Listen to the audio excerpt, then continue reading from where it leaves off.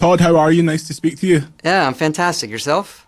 Very well. It's freezing cold up here, but let's not let that stop us. We'll get right into it here.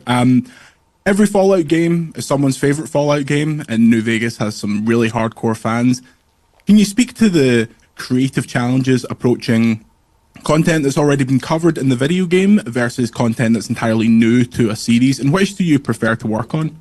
Yeah, it's a great question. Look, I think when we go into it, season one, we're treating it everything with such authenticity, but there are also locations like most of them were newish, right?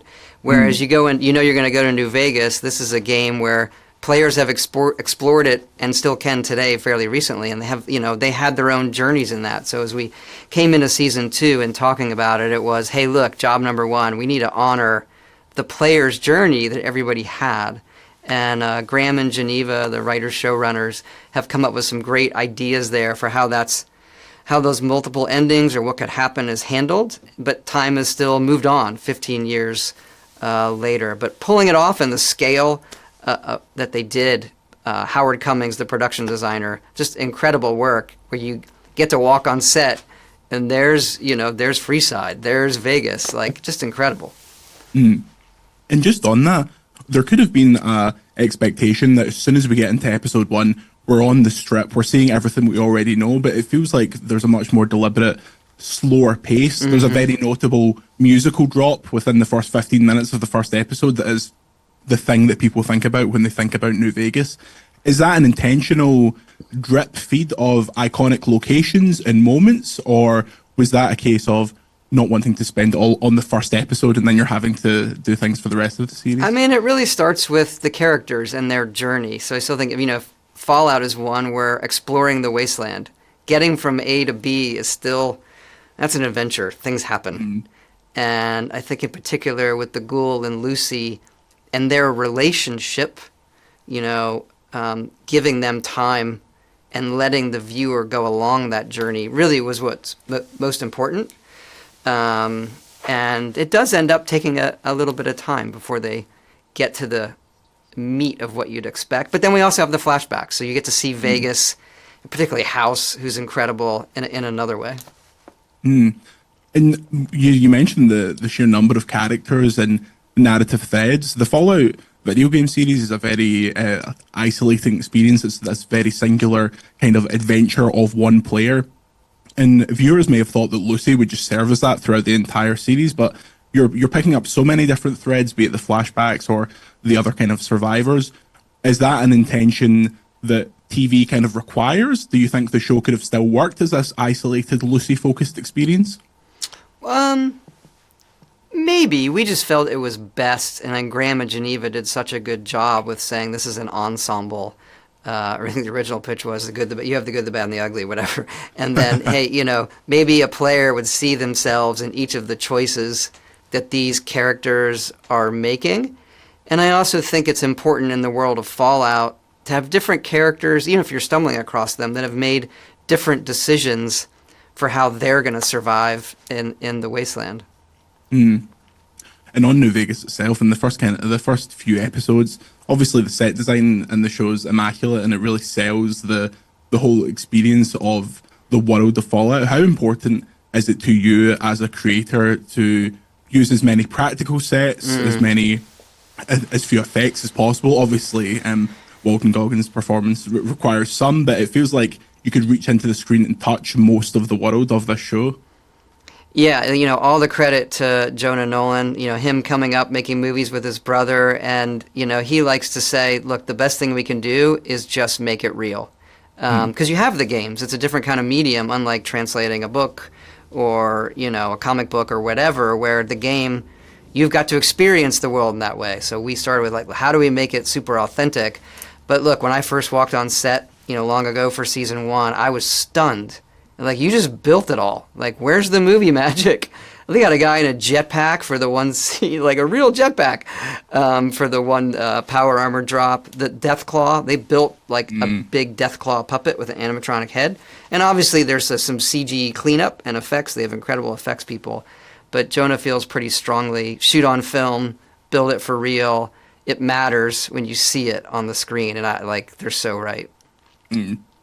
I wanted to ask you personally, now that the first series has been released, very popular with fans, and now you're back for the second series, are you feeling different emotionally now that you're giving the second series out to fans than you did before anyone had watched any of it? A little bit, to be honest, yeah, because the first season, I mean, I love it, we love it, but you don't know. You just, it's a creative endeavor. You don't know, like, how many people are going to love it, to what extent. So to have it be as popular as it became was just incredible. And then since season 2 is dropping, once a week for episodes, and as opposed to season 1, it was all at once, and there's a lot of surprises, right? And so I'm sort of curious, I would say, to see, like, hey, what is the conversation every week? Because things happen and there are surprises, and then how are people going to react to that as the season goes on? I'm just, like, excited and curious to see what the conversation is like. So, like, how are people experiencing the show? Because they're coming in with different expectations now, and they're going to experience it in a different way. Mm. Do you have a preference? Do you prefer the bingeable ask model? me in 2 months. Yeah. I wanted to, obviously you're working on a lot of things at the same time. Don't worry, I'm not going to ask you about Elder Scrolls or anything like that. But does working on the TV show scratch a similar creative Fallout itch as would working on a game? Or is there a case of, like, when you're seeing all this Fallout stuff happen, you're thinking, I would like to get back there and do some other stuff in the game realm in this universe? I think I'm super lucky and blessed that I get to touch so many things and work with so many amazing creative teams, both internal at Bethesda and now with, like, the group at Kilter Films and Jonah and Athena and Graham and Geneva, everybody there. And so I just feel lucky, right? The times that I get to work on the TV show, it's like, this is amazing. And then I go back to game work, and we're obviously doing a bunch of games and different things. And so I just, like, I can't describe the feeling of, like, a day when you're sitting in a creative meeting and I leave it and I'm just like, I cannot wait to see this or play this or, just, I love all of it, right? So, yeah. What do you do in your time off from that? If you're always going between all these different things that you're in charge of, what's your chill out time? I say hi to my kids and my wife and go home, and then I'll play some games, and then I'll get up and I'll go make games and stuff, and then come home, say hi, play games. Yeah, I don't have, like, other hobbies, so that makes life easier. Yeah.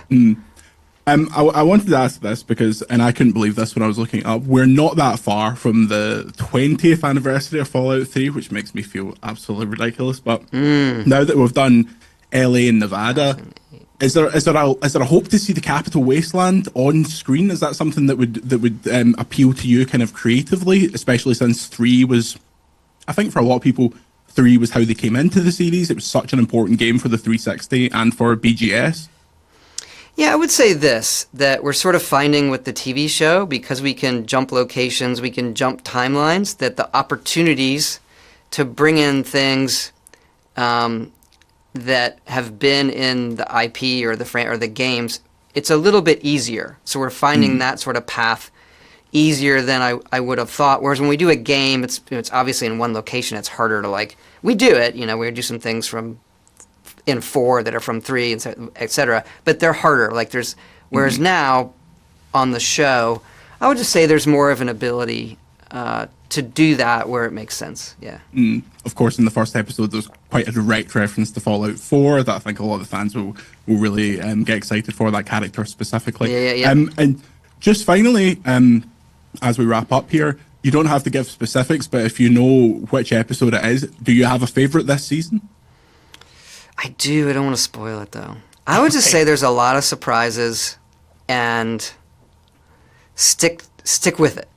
Stick with I think, but your expectations of certain things, let it play out. Yeah. Excellent. Thank you very much for your time, Todd. I really appreciate it. And good luck with the rest of the series. Lovely to talk to you. Yeah, it's fantastic. Thank you so much.